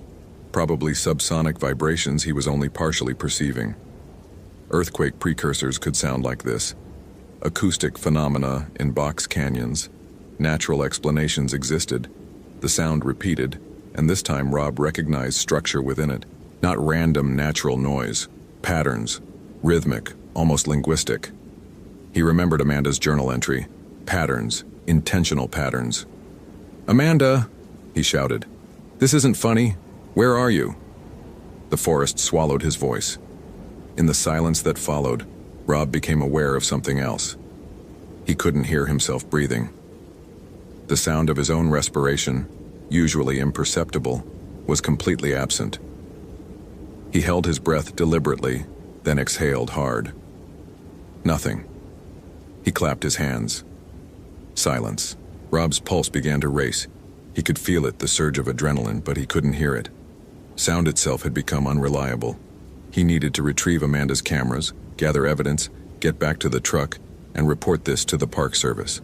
Whatever was happening here, electromagnetic anomalies, infrasound phenomena, some kind of natural gas seepage causing hallucinations, it wasn't safe. Amanda had clearly been affected.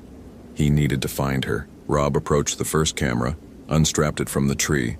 The LCD screen flickered to life when he pressed the review button. The camera held 2,147 images. He scrolled through them rapidly. Empty forest shots, the creek, more forest. Then, on image 1247, something changed.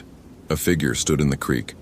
Tall, impossibly tall, at least 8 feet, covered in something that looked like moss or hair or bark.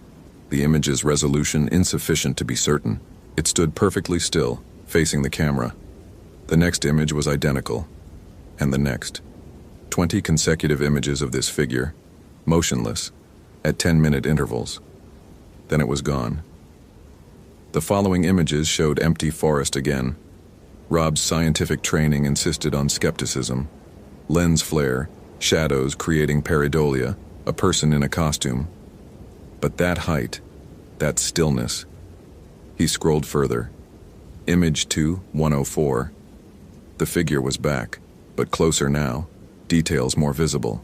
It had facial features that were almost human, but proportioned wrong. Eyes too far apart, mouth extending nearly to where ears should be. Its arms hung well past its knees.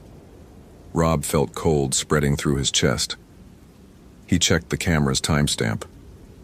These images were taken over 6 days, the last one this morning at 6:47 a.m. He moved to the second camera, hands shaking slightly. This one faced a different direction, toward the cedar grove Amanda had mentioned. He reviewed its images, more forest shots. Then suddenly Amanda herself appeared in frame 843. She was running. Not jogging, sprinting with obvious terror, looking back over her shoulder. Her face was contorted in a scream he couldn't hear. The next image showed her falling. The next image was empty forest. Rob's breath came faster now, though he still couldn't hear it. He checked the third camera. These images were darker, taken at night with the infrared illuminator. He scrolled through them rapidly, his scientist detachment crumbling. Frame after frame showed those figures, multiple now, 5 or 6 of them, standing in perfect circles around the cameras, standing motionless for hours. Their eyes reflected the infrared light, glowing white in the darkness. The fourth camera's images made Rob drop the device. They were photographs of him, taken over the past hour as he'd approached. Him pushing through the hemlocks. Him emerging at the creek bank. Him standing exactly where he stood now, looking at the cameras. But the timestamps were wrong. These images were dated 3 days ago. Rob staggered backward, his carefully constructed rationality fragmenting. This was impossible. All of it. The creek, the sounds, the photographs. He needed to leave, needed to get back to the truck, needed to call for help. The Park Service would have actual experts, geologists, and acoustical engineers who could explain. The forest moved. Not wind moved. Not animals disturbing vegetation moved. The trees themselves were repositioning. Rob watched, unable to process what his eyes reported, as the hemlocks he'd pushed through to reach this clearing were now behind him, cutting off his retreat. The cedar grove he'd been walking toward was now to his left. The topography had rearranged itself while he'd been reviewing the cameras. "No," he said, his voice still soundless. "This is hallucination. Carbon monoxide. Altitude sickness. He was grasping now, throwing out diagnoses that didn't fit.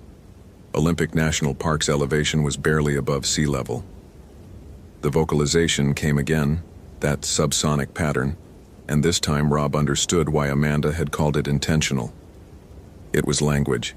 Not English, not any language he recognized, but undeniably communicative. And it was close. He ran. Rob crashed through undergrowth, compass useless, GPS dead, relying on pure instinct to find his way back to Amanda's camp. The forest seemed to shift around him, paths closing, new openings appearing. He ran toward light, any light, and found himself at another creek, different from the first one. This water cascaded over moss-covered rocks in the correct direction, downhill, normal. He splashed across it, not caring about wet boots. Behind him, he heard footsteps. Not the crunch of human feet on forest debris, but deeper sounds, heavier, accompanied by the crack of branches breaking under significant weight. Rob didn't look back. His scientific training, his skepticism, his rationalist worldview, all of it had become irrelevant. Whatever was behind him was real in the way that mattered. It could hurt him. He burst into a clearing and stopped. This wasn't Amanda's camp, but it was a camp, or had been, ancient by the look of it. Stones arranged in circles, fire blackened. Cedar planks leaning against trees, carved with designs he didn't recognize. And centered in the clearing, a pole carved from a single massive cedar trunk. Figures stacked vertically in the style of coastal indigenous peoples, but weathered almost smooth by centuries of rain. Rob approached the pole, chest heaving. One figure was still clearly visible near the base. A giant with exaggerated limbs, mouth open in a perpetual howl. Carved words he couldn't read wrapped around its torso. Dex Bewal, said a voice behind him. Sacred ground. Rob spun. An elderly man stood at the clearing's edge wearing modern rain gear, but with a bearing that suggested profound discomfort with being here. His face was deeply lined, skin weathered dark. He carried no pack, no equipment, as if he'd materialized from the forest itself. "Who are you?" Rob's voice had returned, he realized. Sound existed here again. "Someone who knows what you've done," the old man said. His English was unaccented but careful, each word selected deliberately. "You and your partner. You placed your watching machines in the forbidden places. You photographed what should not be photographed. Amanda, do you know where she is? Is she hurt?" Professional concern overrode Rob's confusion. The old man's expression showed something like pity. "Your partner understood at the end. She learned the proper fear. But you still think in your science words.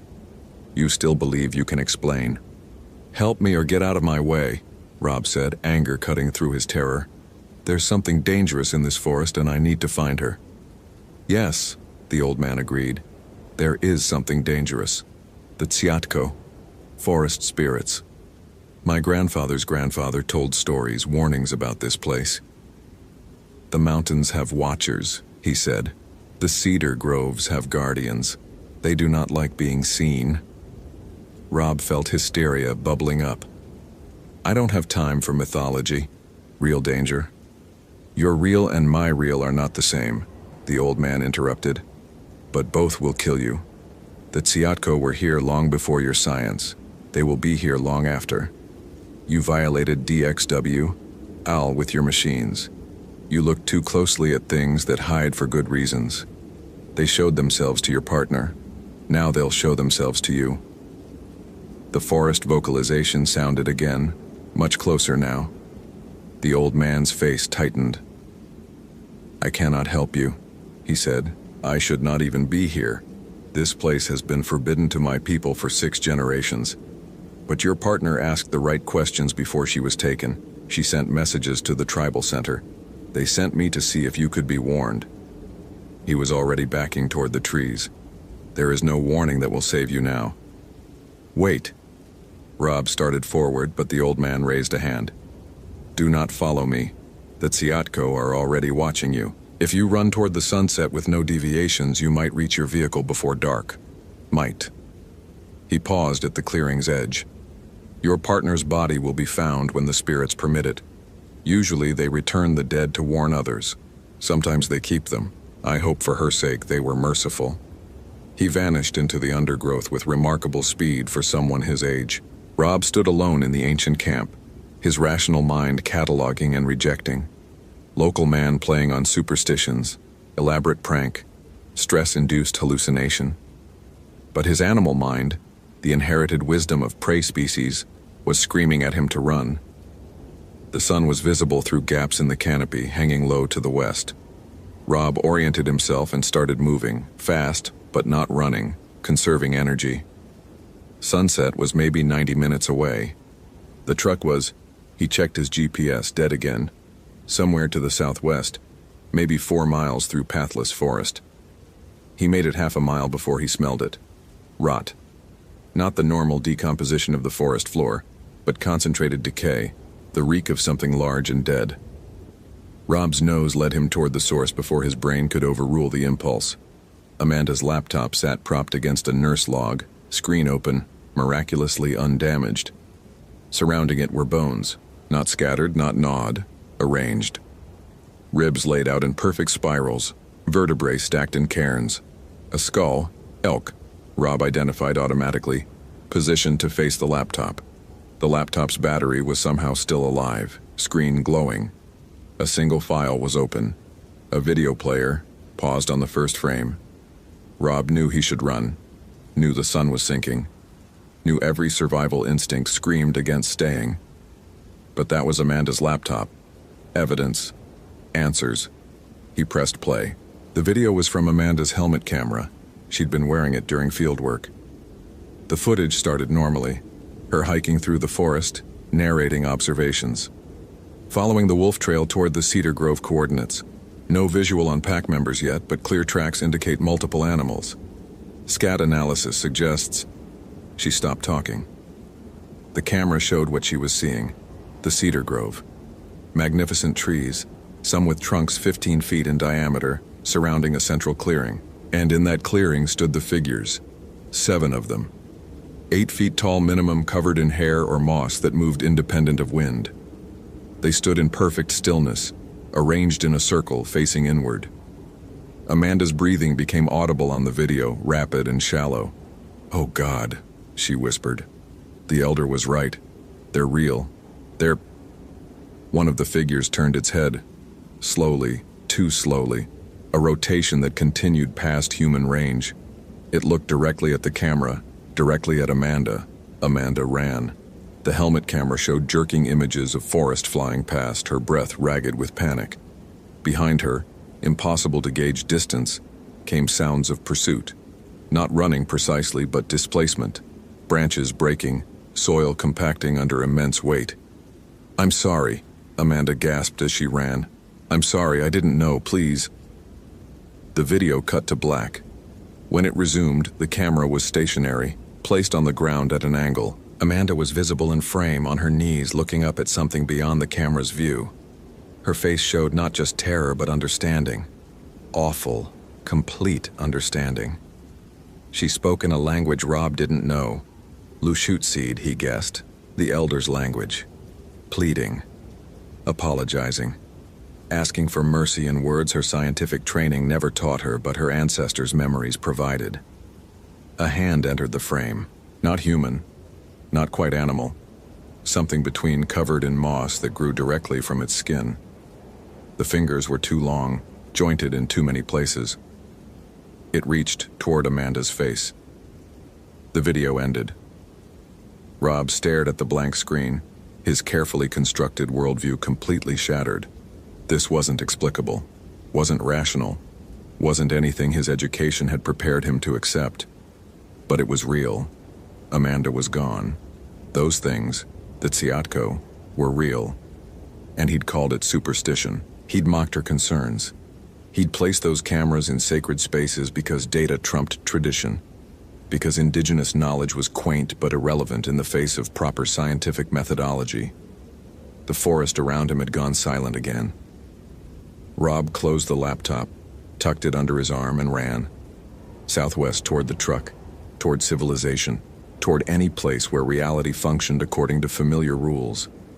His legs pumped, lungs burning, pack bouncing against his back. The sun touched the horizon, light draining from the canopy. He didn't see the first Tsiatko until he nearly collided with it. It stepped from behind a cedar trunk directly into his path. Rob screamed, sound had returned, and veered left, crashing through salal bushes. His jacket caught on branches, tore free. The laptop fell from his grip, forgotten. More of them ahead. Standing between the trees, motionless but present, watching. 7 figures, maybe 8, arranged in a loose perimeter, herding him. Rob changed direction again, pure panic driving him now. His scientific mind had completely shut down, replaced by something primal and desperate. He ran uphill, downhill, through creeks and over logs, his sense of direction lost. The Tsiatko were always there, always at the edge of vision, guiding him deeper into the forest like wolves driving elk. Darkness fell completely. Rob pulled out his flashlight with shaking hands, flicked it on. The beam illuminated moss and bark and nothing else, but he could hear them moving. That heavy, impossible-to-ignore sound of massive bodies navigating the forest with inhuman grace. His foot caught on a root. Rob pitched forward, instinct making him tuck his shoulder, rolling with the fall. He came to rest against something soft and yielding. Amanda's body. The flashlight beam showed her face, peaceful now, eyes closed. She looked like she was sleeping. Her clothing was torn, skin marked with deep scratches, but her expression was calm, almost serene. Around her neck hung something new, a woven cedar bark necklace strung with carved bone beads. Traditional, old. They'd prepared her for burial, respected her in their way after she'd learned to respect them.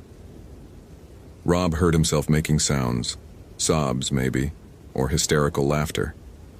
His hands trembled as he checked for a pulse he knew wouldn't be there. Amanda was cold, had been dead for days. The Tsiatko had kept her, returned her here in this place where Rob would find her.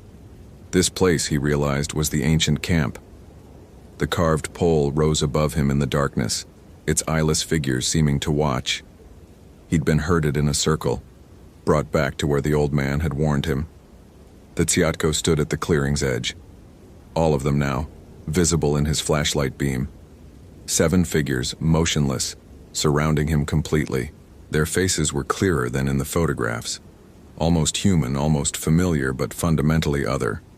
Ancient, patient, eternal. The largest one, the one from the videos, stepped forward. It looked down at Rob from its impossible height. When it spoke, the sound bypassed Rob's ears entirely, resonating directly in his chest, his bones, his skull. "You see us now," it said, the words forming in Rob's mind without language. "You understand." Rob did understand. The Tsiatko weren't animals to be studied or myths to be dismissed. They were guardians, older than the oldest trees, protecting places that humans had once known to avoid. They'd shown themselves to Amanda because she'd violated their sanctuaries, and they'd been merciful. They'd taught her the proper fear, accepted her apologies in her ancestors' tongue, sent her death quickly. But Rob had come after her, had continued the violation, had refused every warning, had clung to his rationalist pride even as reality crumbled around him. "I'm sorry," Rob whispered. "I didn't believe. I should have believed." The Tsiatko tilted its massive head, considering. Its too wide mouth moved, moss falling from its lips. "Your partner believed too late. She understood the cost of watching forbidden things. Do you understand?" "Yes," Rob said, and meant it. "I understand." "Good," the Tsiatko said. "Then we let you carry the understanding." They didn't kill him. That mercy, or punishment, wasn't granted. Instead, they stepped back, melting into the forest like shadows dispersing at dawn. Rob was left alone with Amanda's body and his flashlight and the terrible knowledge that he'd been completely, arrogantly, catastrophically wrong about the nature of reality. He found his way out eventually. It took 3 days of wandering, drinking from creeks, eating nothing, sleeping in fitful bursts while the forest sounds surrounded him. The Tsiatko watched but didn't approach. They'd made their point.